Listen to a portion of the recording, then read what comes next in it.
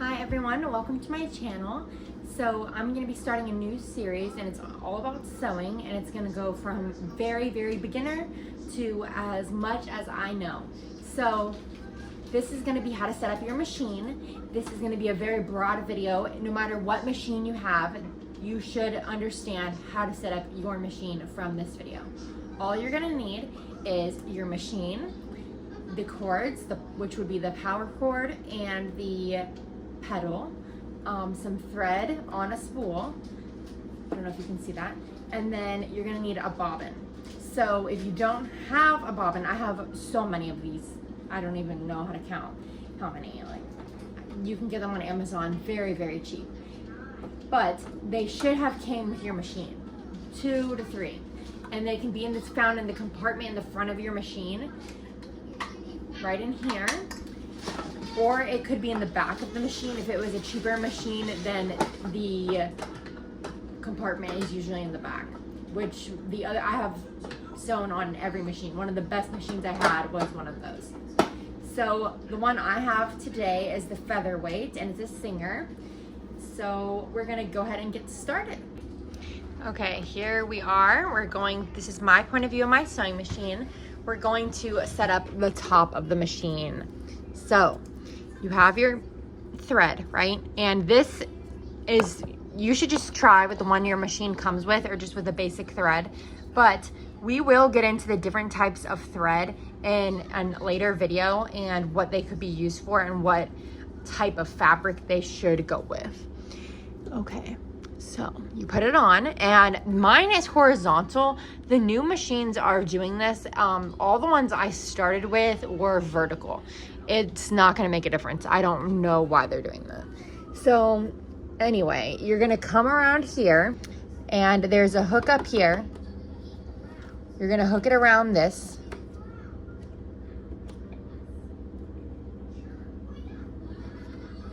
Okay, it's in here now. Okay. So once you have it in the first hook, and most machines do have arrows, mine actually doesn't. So then you're gonna pull it down here, okay? You don't put it around this. A lot of people do that, and that is not the right way to do it. Do not put it around that round screw. Okay, then you're gonna come down this first hole. There's always gonna be 2. Wrap it around the bottom thing. There's like a little nub here. Then, do you see how there's nothing right here? There's nothing right here. We're gonna turn the knob over here and just keep turning it until something comes up, okay? Now you see something came up. So, this is another hook. You're just going to put it in, and it will be coming out. It will be coming out this hole. So once it's in that hook, you put it back down through the same hole. Through here for the second time, it went down, around, up, around the second hook, and then down the same hole again. Okay, now down here, this is all the same on every machine. This is a different foot. Ignore this. Yours is probably silver and metal. So you're going to put it around this top hook. Okay, it's already around there. Then there's another hook closer to the needle, a much smaller one. And I'm gonna also talk about the types of needles. It's gonna be through there.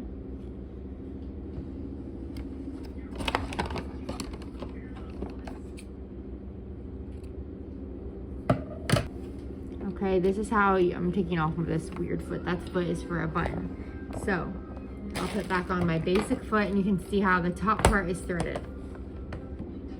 This is what my basic foot looks like. I have a whole bunch of feet. So I'm gonna put my basic foot back on, and this is going to show you how you would do it if you don't have one on. So you just take your foot. The way that you're attaching it is this metal pole in the middle. That's how you're attaching it, right there. And all of them have that. There's plastic feet, they all have that.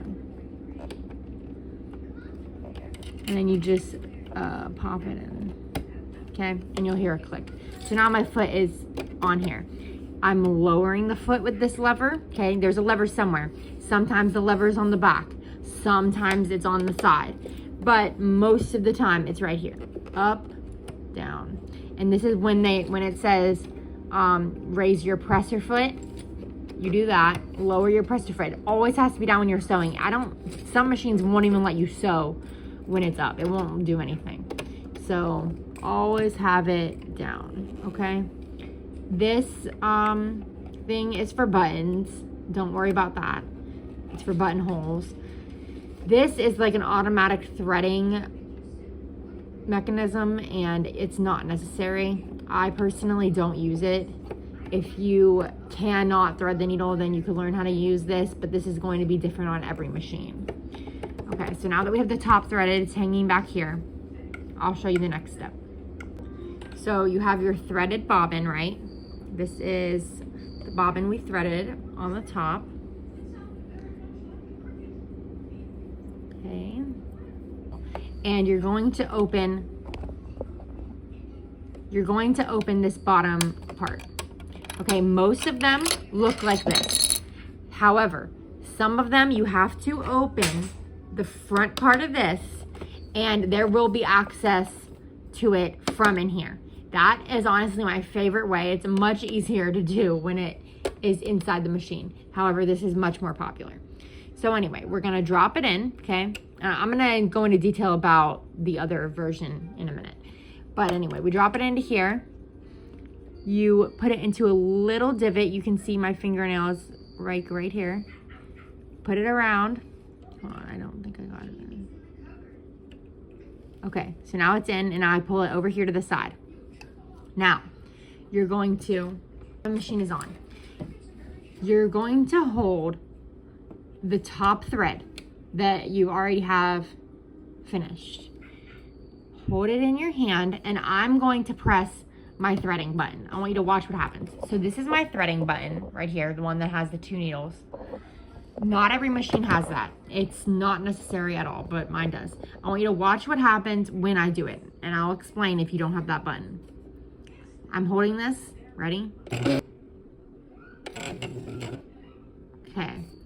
Did you see it reached down there and it grabbed the top?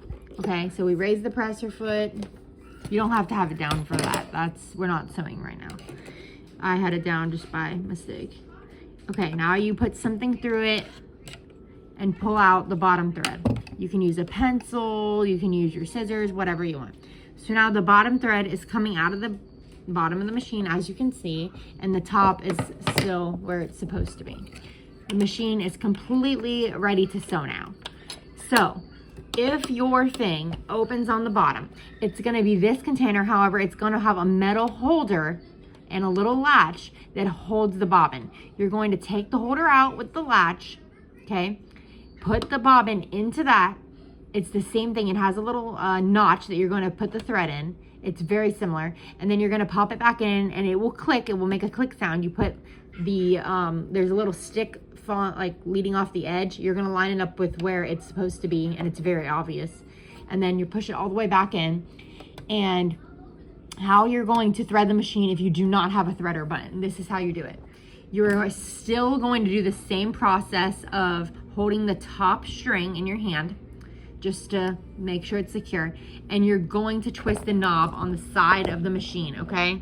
You're going to twist the knob and just keep twisting it, and the needle will go down, and just keep twisting, and it will grab the bottom thread.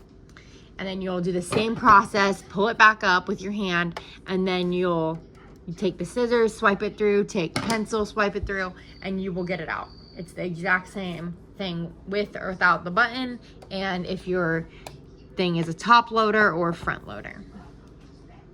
I actually just made these curtains in a sewing lesson I did. So it's very fun to sew. It's a really great trade to learn. This was the most basic project I've done in so long, but I really wanted spring floral curtains. My last ones were very fall. So just a little inspiration.